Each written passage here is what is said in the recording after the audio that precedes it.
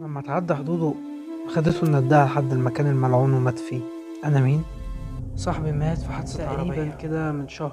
طب وإيه المشكلة؟ أنا طارق الفيوم ودي قصتي مع النداهة. المشكلة إنه بيتصل بيا كل يوم عشان يقول بتعمل لي ايه يا جدي؟ وايه الصندوق ده؟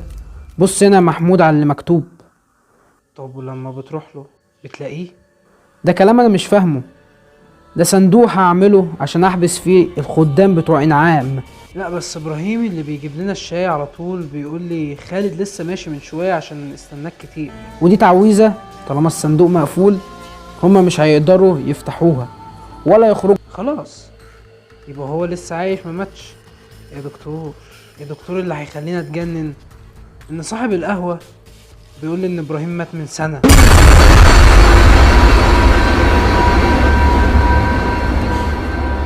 بس لو حد حاول يفتحه هيقلبوا البلد والدم هيكون للركب. روح انت دلوقتي يا محمد وانا هشوف حكايتك دي. الو، الو، انا الدكتور ادم شريف، تتصيد معايا؟ ايوه يا دكتور، ابنك جالي النهارده وشكله عنده مشكله لما صاحبه عمل حادثه. الكلام ده بجد يا دكتور؟ انت عارف المره الكام دي بتتصل عليا تقول لي فيها الكلام ده؟ انا ابني مات من شهر تقريبا مع صاحبه في الحادثه.